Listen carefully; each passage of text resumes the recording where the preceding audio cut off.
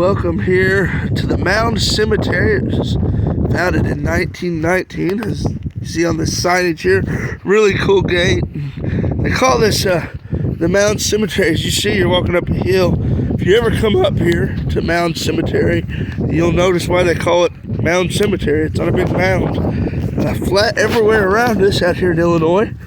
But here at the cemetery, it is on a big mound. You can see it for miles away, but here we go. I wanted to bring you here today for someone rather famous that is buried here at Mound Cemetery. He is from Hunt City, Illinois. Mr. Burl Ives. This is Burl Ives' final resting place here. Performed many classic folk songs. A lot of people know him for so many things. I'll let you read this here. One of America's legendary entertainers whose career spanned more than half a century, crossing all international borders. Equally at home before the royalty of Europe and the farm folk of the Midwestern USA. He done so much, guys, here. Mr. Burl Ives did. A Holly Jolly Christmas is what a lot of people know him for. We're going to be doing a few videos. He was born in 1909 and laid to rest here April 14th, 1995. His career lasted for so long. Just a great musician. If you've not heard any of his stuff, look him up. He was known, like I said, for Holly Jolly Christmas is the song that he wrote and performed. He's laid to rest next to both his parents. His mother laid to rest here next to his dad, Frank, and Libler V. Ives. This would be a sibling here that is laid to rest here at 2 years old. We've got a really neat story we're looking up to try to find a little more information out on it.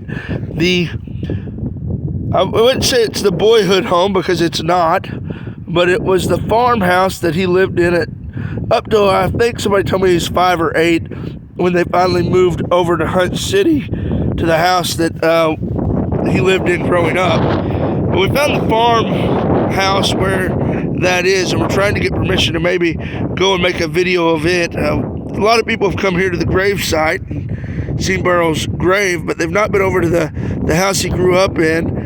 And the farmhouse that he grew up in. The house that he grew up in is no longer there.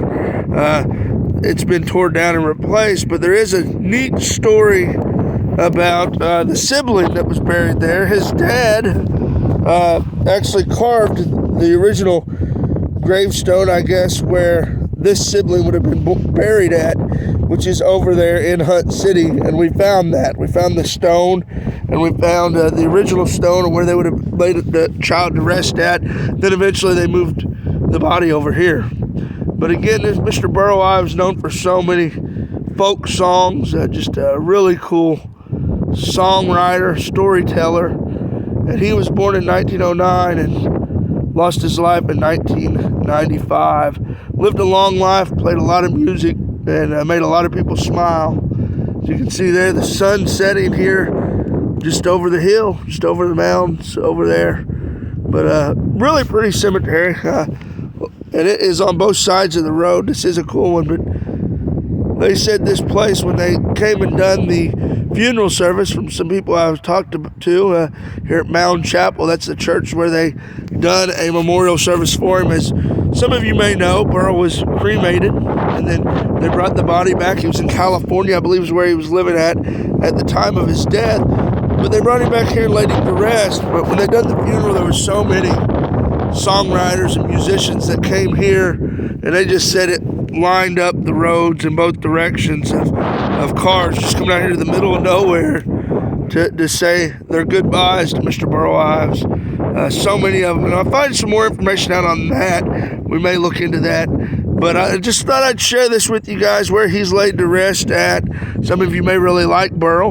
He done a lot of great songs. And he played the snowman there in the Rudolph the Red-Nosed Reindeer, I believe it was. But Sam the Snowman. So, anyway, there it is, Mr. Burl Ives. Rest in peace.